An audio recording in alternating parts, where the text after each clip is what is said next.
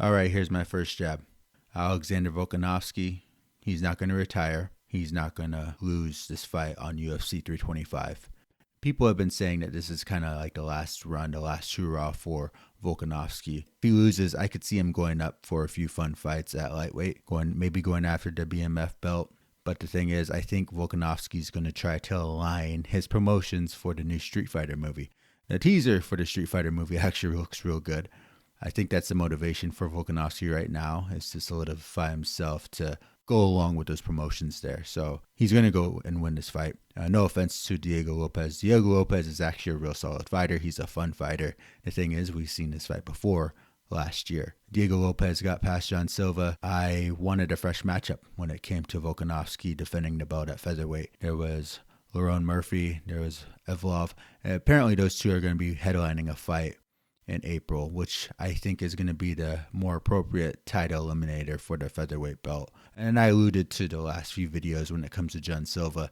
Him fighting Yair Rodriguez should be a fight that gets made. Yair Rodriguez should not be waiting on deck to fight the winner of this fight right here between Volkanovski and Lopez. He doesn't deserve that. I truly do not think that. So hopefully that's where I'm like, that's the part of me that's like, Volkanovski's game. He's game to fight anyone. And I'm not saying that's the same thing for Lopez, but for Volkanovski, he's going to try to go and aim for those fresher matchups. And this is something that I really didn't think that needed to be happen when it came to this sequel right here. I see this fight definitely going the same way the last fight went, just going all 5 rounds. Volkanovski's a technical fighter, and he keeps the engagement going. He's going to make it exciting, I feel, especially with the fighter like this when it comes to Diego Lopez's style. Alexander Volkanovski gets it done. He's not going to retire. He's probably going to defend the belt as long as he can, and I can see him doing that for another fight or two.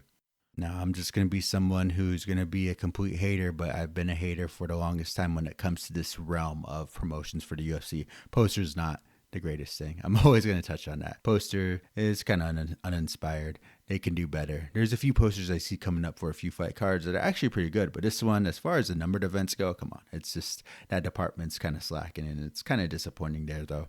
Going on with the main card here for UFC 325. Next fight that we have as the co-main is actually, I think, is going to be the fight of the night. It's a no-brainer. Come on. Dan Hooker, he's always game. Hooker is a fighter that really hasn't taken a break when it comes to the level of competition that he's fought ever since the COVID time. I think it was when he was fighting Dustin Poirier. And then from that time on, he's fought a lot of killers. And he's won a lot, and he's also lost a lot. And the thing is here, he always brings the fight. He's a dog, and this is something that I always appreciate when it comes to Dan Hooker. And he took this fight here, Benoit Saint-Denis. Benoit Saint-Denis, he's a good fighter. I like his style too, and so this is a good matchup. This is a matchup that will definitely determine who's going to be a contender with the lightweight division, who's going to crack into the top 5, who's going to solidify themselves in the top 5. The way I see this fight going, it's going to be a finish. It's going to be a fight of the night type performance from Benoit Saint-Denis. Benoit Saint-Denis, I think, is going to get it done. Dan Hooker, I love Dan Hooker. I always will tune in when it comes to a Dan Hooker fight. The thing is, it's going to be a finish on him when it comes to Benoit Saint-Denis, who I think is definitely going to be heavily motivated to try to make a run at it, to make a run with this title here. Another fight we have in a lightweight division, Rafael Fiziev and Mauricio Ruffi. And this is going to be a good fight as well. Rafael Fiziev has had some tough losses. Fought Justin Gaethje twice. One of them was short notice. Brought his A game to those fights. It's just the thing is, Justin Gaethje's at that top level, and Rafael Fiziev, I think, is going to defend his position right here, though. Rafael Fiziev is a fighter that has been on my radar for the longest time, even before he knocked out Rafael dos Anjos. Fiziev is definitely going to make himself a guard for the moment. He's going to be one of the gatekeeper. I'm not saying he's not going to, eventually fight for the title. He definitely has the skills to do so. But I think he's definitely going to extend his win column. Fiziev had a 3-fight skid there. Definitely got back in the win column. And I think he's going to extend it here with Mauricio Ruffi. Ruffi, coming off that loss of Benoit Saint-Denis. It's just, I think Fiziev is just a more skilled fighter here. So he's going to definitely take it here. Also on the main card. So I love myself the Shui. I love seeing it. The thing is, we haven't seen it in so long because Tai Tuivasa is on a horrible losing streak.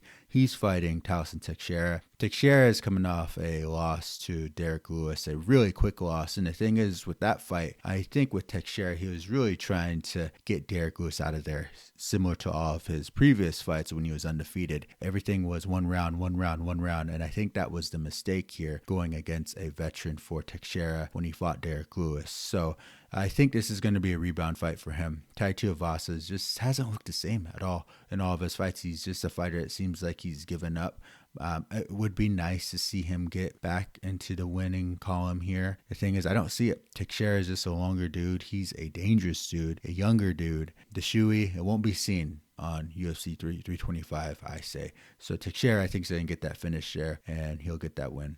To kick off the main card, though, we have a lightweight fight between Killian Salkid and Jamie Mullarkey. Both of them are Australian dudes. Jamie Mullarkey has more experience, but I think Killian, I like the fights that I've seen from him so far.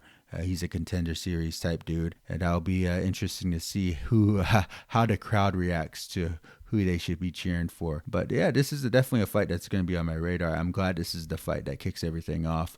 Yeah, Killian. Yeah, he had a really nice highlight reel finish with his last fight on UFC 321. And he's a contender series dude. With the announcement from UFC 324 with performance bonuses, I see a lot of these guys definitely making moves to get a finish done, especially for the new guys on the block here. So Killian Salkid, I think, is going to get the card rolling, the main card going here for UFC 325. But yeah, no, when it comes to the rest of the card here for the preliminary card, the early preliminary card, the early prelims have a lot of fights there. The Road to the UFC Season 4. They have 3 fights there. One guy missed weight for one of the fights, so one of those fights got canceled for the 4th fight. But they have 3 of those fights for you to the Road to the UFC. And I think because there's heavy motivation now to get those finishes, we're going to see the early prelims start everything off right, because those guys have something to prove. It's going to be interesting to see seeing the stats for the year, the end of the year. You know, everyone gets a performance bonus regardless if you had the best performance of the night. And the thing is, you still get the extra. You get the extra money that you get with the 25K. But when it comes to the prelims there, one fight that sticks out to me, Jacob Malkoun, Torres Finney. That's a middleweight fight. Torres Finney undefeated. That should be interesting. I think that's something I'm going to keep my eye on there. And it's a fight that I'm going to highlight. It's not going to be fight of the night because I think Dan Hooker, Benoit Saint-Denis takes it.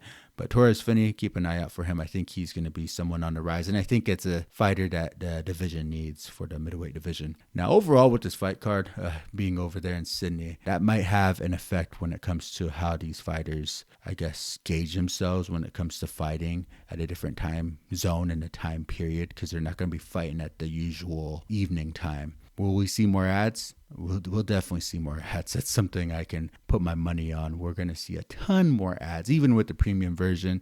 So brace for impact, ads galore. I expect ads to be on the fighters' faces at some point by the end of the year on one of the Apex cards, because they're just going to be heavy into ads. You know, like I said, Paramount Plus is going to try to make their money's worth. Paramount Plus just released some information that, yeah, they had a lot of viewers tune in for UFC 324, which is good.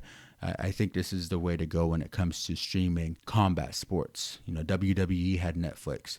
We have, UFC MMA has Paramount Plus, and I think this is the route that's going to be, and it's good to see, and it's going to expand the sport. And I think the sport is going to benefit from all this when it comes to streaming all their cards, no matter how big or how small. It's going to be good. But the thing is, we're going to have to endure the ads. The ads will always be there. The ads are fun at some points, but when it comes to everywhere, at every point of the fight card, it's going to expect the expected. Yeah.